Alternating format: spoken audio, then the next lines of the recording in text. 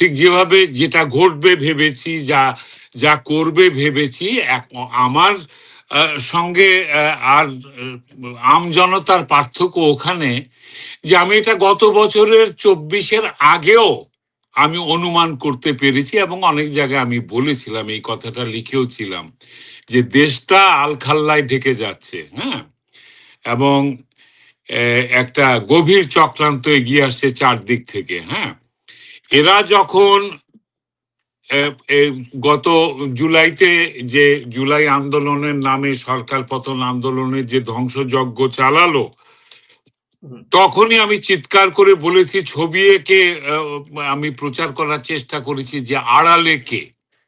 তখন অনেকে আমাকে আক্রমণ করেছিলেন, তথাকথিত সুশীল সমাজেরা, যে আপনি সব সময় চক্রান্ত দেখেন কেন, এটা স্বতঃস্ফূর্ত গণ আন্দোলন। তো সেটা যে নয় সেটা তো প্রমাণিত। হ্যাঁ, এবং তারপর থেকে আমি কিন্তু অবাক হইনি যে পরপর ঘটনাগুলো ঘটেছে। হ্যাঁ, ফাইনাল স্টেজ হচ্ছে গিয়ে এই যে বিচার প্রক্রিয়া। হ্যাঁ, এবং এই বিচার প্রক্রিয়া আরো আরো দীর্ঘ হতে পারত, এটাকে গোটা বিশ্বের কাছে আরো প্রচারিত করতে পারত তারা। এগুলো না করে তড়ি ঘড়ি 17 নভেম্বরের মধ্যে কেন করলো, এগুলো সবই কিন্তু চক্রান্তর ভেতরের ব্যাপার। কারণ ওরা ভেবেছে যে এরকম একটা ক্যাঙ্গারু কোর্টে বিচার করলে ডেফিনেটলি এটা নিয়ে সমালোচনা হবে, আলোচনা হবে, বিশ্বের বিভিন্ন দেশ এটাকে বাদ প্রতিবাদ অনুবাদ করবে বিভিন্নভাবে, তাই না?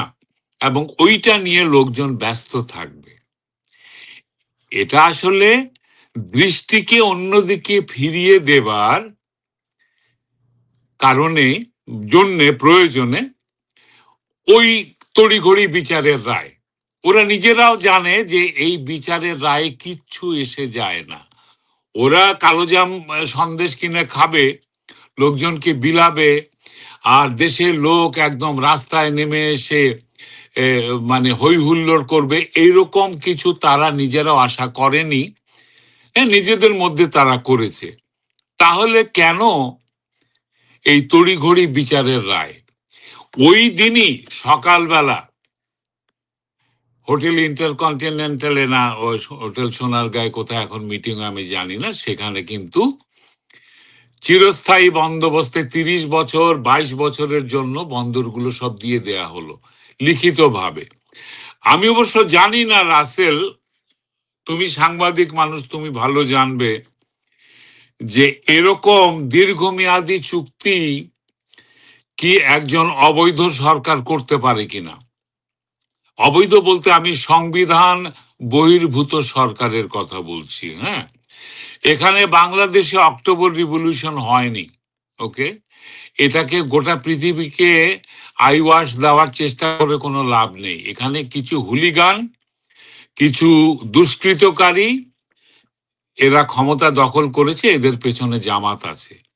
হ্যাঁ, আর এই যে শেখ হাসিনাকে ফাঁসি দেওয়ার জন্য যে তৃপ্তির উদ্গার অথবা মিষ্টি বিতরণ, এগুলো ভুয়া, এগুলো ওরা নিজেরাও জানে। এটা করেছে ওই বন্দর দিয়ে দেওয়ার যে চক্রান্ত বাস্তবায়ন করেছে, সেখানে যেন লোকে মাথা না ঘামায়। এবং আরো একটা জিনিস আমি তোমাকে বলি, আমার এই প্রশ্নের জবাবটা ভাই তুমি দেবে আমাকে। হ্যাঁ, 32 নম্বর পুড়িয়ে দিয়েছো, কিছুই ছিল না, ধোঁয়া আর ছাই ছাড়া। তারপরে কি করলে না, বুলডোজার দিয়েও ভেঙে দিলে। বুলডোজার, এক্সকাভেটর, হোয়াট এভার, আমরা বুলডোজার বলতে সুবিধা পাই, এক্সকাভেটর উচ্চারণটা কঠিন। ভেঙে দিলে। তারপরেও আবার দুইটা এক্সকাভেটর ওখানে নিয়ে যাওয়া কেন হলো ওই দিনই? ওই দিনই তো রাস্তায় ঘাটে মিষ্টি বিতরণ করেই তো খুশি উদযাপন করা যেত, অথবা 32 নম্বরের সামনে একটা লুঙ্গি ড্যান্স পার্টি যেভাবে করেছিল, হ্যাঁ, ওইরকম একটা বিভৎস উলঙ্গ লুঙ্গি ড্যান্স পার্টি করা যেত। কিন্তু কেন এক্সকাভেটর?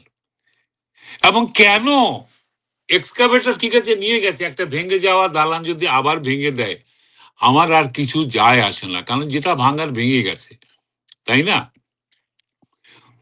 ওখানে মিলিটারি এবং পুলিশের এই যে প্রদর্শিত প্রতিরোধ বা প্রতিরোধের প্রদর্শনী,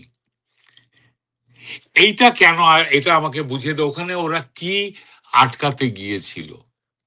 এবং সোশ্যাল মিডিয়াতে মিলিটারি এবং পুলিশদেরকে দেখানো হলো আর ছাত্রদের পেটাচ্ছে। হ্যাঁ, দুই একটা বাড়ি হয়তো পড়েছে, কিন্তু ওটাকে পুলিশ ধোলাই বলে না। পুলিশ ধোলে আমরা তো খেয়ে আসছি, আমরা জানি পুলিশ কিভাবে মারে। এগুলো হচ্ছে আপোষের উপর দিয়ে হাত বুলিয়ে দেয়, এই দুষ্টু ছেলে এদিকে এসো না টাইপের। আর ওই হেজাব মাথায় দিয়ে অশ্লীল গালিগালাজ, হ্যাঁ, এগুলো ভিডিও ভাইরাল করার যে চেষ্টা, এগুলো কিন্তু সব ডিস্ট্রাকশন, ওই দিক থেকে দৃষ্টি ফিরিয়ে রাখার একটা চেষ্টা। হ্যাঁ, এবং সেটাতে তারা সফল হয়েছে। এবং গোটা পৃথিবী দেখলো যে ৩২ নম্বরের ভেঙে যাওয়া ধ্বংসস্তূপকে পাহারা দিচ্ছে কি বীরত্বের সাথে আমাদের সেনাবাহিনী আর পুলিশ। সেনাবাহিনীর ভাইদেরকে বলছি, এই ঠাট্টা মস্করা গুলো না করলেই পারেন। আপনাদের যখন সময় ছিল এটাকে রক্ষা করার, জাতীয় জাদুঘর এটা, স্বাধীনতার সূতিকাগার এটা, এটা এখন এটা রাষ্ট্রীয় সম্পদ, এটিকে রক্ষা করার যখন আপনাদের হাতে ক্ষমতা বা উপায় ছিল, তখন আপনারা দাঁড়িয়ে দেখেছেন দূর থেকে। এবং পিনাকি ভট্টাচার্যের মতো একটি লম্পটের নির্দেশে আপনারা ঘরে ফিরে গিয়েছেন। তো এখন আপনারা কি রক্ষা করতেছে এখানে? আপনারা তো এই যে ইউনুসের, ডক্টর ইউনুস গঙ্গের দেশ বিক্রি করে দেওয়ার যে চক্রান্ত, যে মুচলেকা, সেইটাকে আপনারা নির্বিঘ্নে যাতে হয়ে যায় সেটার জন্য এক ধরনের সহযোগিতা বা জনগণের দৃষ্টিকে অন্যদিকে ফিরিয়ে রাখার দায়িত্ব আপনারা পালন করলেন। এটা আমাদের সেনাবাহিনীর ভাবমূর্তিকে কোথায় নামালো? কোথায় নামালো? ওই ফ্রান্সে বসে একটা লম্পট লোক, বিক্রি হয়ে যাওয়া লোক, সেখান থেকে নির্দেশ দিচ্ছে, সেই নির্দেশ মাইকে বাজিয়ে শোনাচ্ছে এবং ওখানকার হুলিগানদেরকে, ওই হুজ্জতি এই মব বাহিনীকে ঠান্ডা করার জন্য। হ্যাঁ, এটা দুটো জিনিস প্রমাণিত হলো, যে মব নিয়ন্ত্রণ করছে বিদেশ থেকে পিনাকের মতো লোকেরা, আর বাংলাদেশ সেনাবাহিনী আর কোনো উপায় না দেখে পিনাকির সামনে নত যেন, পিনাকির মতো একটা লম্পটের কাছ থেকে সাহায্য নিচ্ছে। সেনাবাহিনী কেন ওখানে ওই হুলিগানদের কাছে জবাবদিহি করবে? সেনাবাহিনী যদি সেখানে শৃঙ্খলা রাখতে যায়, তাদের একটাই কাজ করা উচিত, যেটা তারা সেনাবাহিনীর ইয়েতে প্রোটোকলে আমি দেখেছি, জনগণকে জানিয়ে দেওয়া যে আপনারা এই সীমানার বাইরে থাকবেন অথবা এখান থেকে চলে যাবেন।